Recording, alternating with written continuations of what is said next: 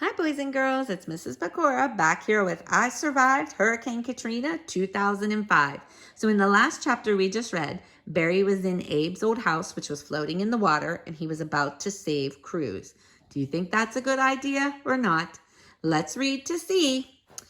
Here we go.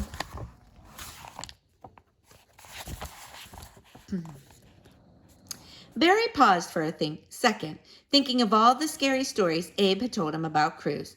But then he closed his eyes and swallowed hard. He walked up, reached for Cruz's collar, and unhooked it from the leash. Cruz leaped up, and for a split second, Barry thought he'd made a terrible mistake. But then Cruz licked Barry's chin. He licked Barry's hands and pushed his head against Barry's leg. Then he sat down and looked into Barry's eyes. He gave 4 little barks. "Thank you," he seemed to cheer. "Thank you, thank you, thank you." Barry bent down next to Cruz and patted him on the head. "You're welcome," he said. Cruz gave Barry one last kiss on the nose and then looked at him expectantly. "What now?" he seemed to ask. "What should we do?" And that was when it hit Barry.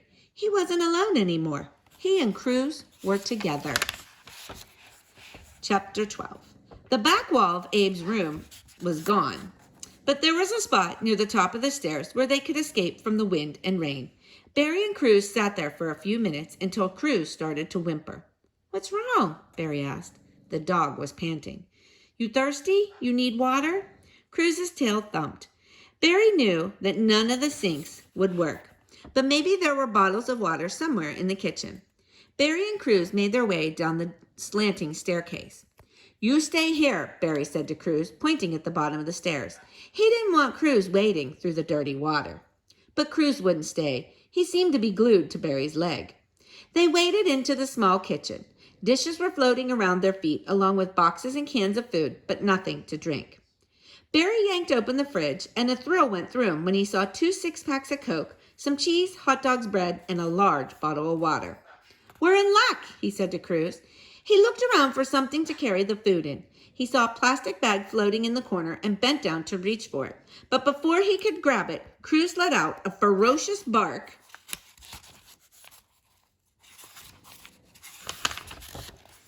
and rammed his body against Barry, almost knocking him down. A long, dark shape shot out from under the bag and disappeared into the murky water. A snake. Barry stood still, frozen in fear. Was that a water moccasin?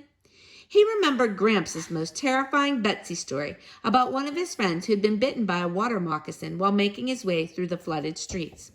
"The water was filled with poisonous snakes," Gramps had said. "Lots of people got bit." Now Barry shuddered. He grabbed as much food and soda and water as he could carry. He hurried back upstairs, praying that snakes couldn't climb. There was a metal bowl in Abe's room, and Barry filled it to the top. Cruz emptied it, and Barry filled it up again. Barry drank 2 cans of Coke. He ripped open the package of hot dogs. Cruz ate 4, one after the other. Barry made himself a cheese sandwich and gave Cruz the crust. When they were finished, they settled back against the wall.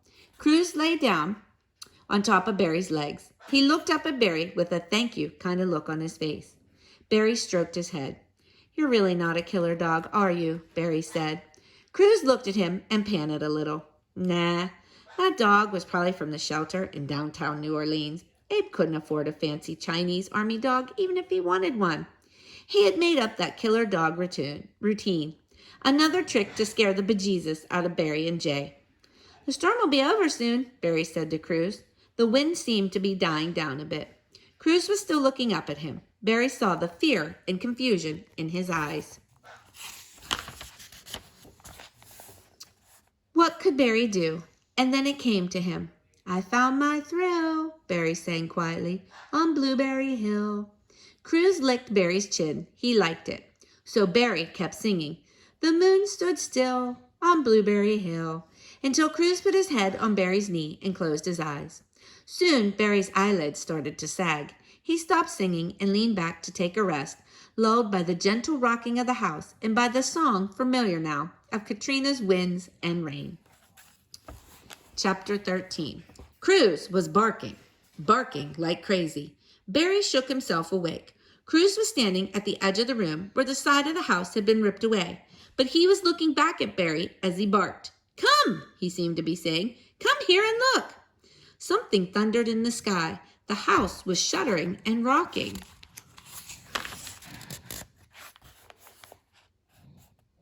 What was happening? Was it a tornado? An earthquake? No, it was a helicopter. It hovered low in the sky, its wings churning the floodwater. Barry could see the pilot, a young man, through the windshield. He seemed to be looking right at Barry. "Cruz!" Barry exclaimed. "We're being rescued!" Barry waved at the pilot. "Here," he said. "Here, we're here." It's over, Barry thought. They'd made it. Soon they'd be out of the flood. He'd be back with Mom and Dad and Cleo. Barry waved his arms. The helicopter hovered for a minute longer, but then it suddenly rose and flew away. Was it circling? Was it going to come to the other side? Barry waited and waited. But the helicopter sound grew fainter, and then it faded away completely. "No!" Barry shouted. "Come back!" Cruz looked at him confused. Barry felt like crying, but he wanted to be strong for Cruz. "I'm sorry," Barry said as calmly as he could. "I thought they were coming for us." The helicopter's winds had stirred up the water, and now the house was rocking so violently that Barry was knocked onto his knees. Cruz yelped. Before Barry could pick himself up, he heard a loud splash. Cruz had fallen into the water. Barry dove toward the open side of the house and peered over the edge. He searched for Cruz, but all he could see was a mess of wood planks and branches. Something poked up in the middle of the debris, but then it disappeared. It was Cruz. He was tangled up in the mess and struggling to keep his head above water. Barry fought the urge to jump right in. It was a 10-foot drop at least, and he had to be careful not to hit anything sharp floating in the water. "I'm coming, Cruz!" Barry yelled as he eased himself over the side of the house, holding tightly with his hands while letting his legs drop. He dangled there for a minute, grasping the edge, staring down into the water until he spotted a big board floating underneath. Just as it passed, Barry let go. He hit the waves, but grabbed hold of the wood before his head went under. He pulled his body onto the board and kicked over to Cruz. The dog was trapped between two branches. Barry pulled away the biggest branch and grabbed Cruz by the collar. "I have you," he said, pulling the dog close, hooking his arm around Cruz's body.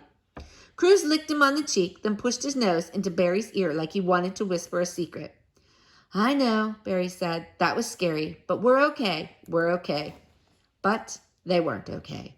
The water was burning Barry's skin. The fumes stung his eyes. Cruz had to be suffering too. They couldn't go back to Abe's broken house. Barry wouldn't be able to lift Cruz through the window. And they couldn't just float like this either. In the distance, Barry saw the rooftop of a house poking through the water. It was too far away to swim to through the poisonous flood. And then he saw a car floating towards them. It was upside down like a turtle flipped on its back. Maybe he and Cruz could ride the car to the roof of that house. Barry kicked as hard as he could, holding Cruz with one hand and the board with the other. They made it to the car and scrambled up onto it. Barry held on to one of the tires and Cruz stayed close to him. Slowly, the car moved toward the house, almost as if they were driving it. When they were a few feet away, Barry stood up, balancing himself, ready to jump. "Come on," he said to Cruz, and they both leaped off the car and onto the roof. See, boys and girls, that's what this picture is here on the front of the cover. Cruz slipped, but this time Barry grabbed him before he fell. They staggered up to a small dry patch near the top of the roof. Barry sat down, pulling Cruz onto his lap. He suddenly felt more tired than he had ever felt in his life. He rested his chin on Cruz's head. Barry could hear dogs barking and howling all around him. He remembered the news report that said no one could bring pets to the Superdome. There must be hundreds of dogs and cats on their own. Thousands. People, too. In the distance, Barry could hear voices calling for help. He and Cruz weren't the only ones out there.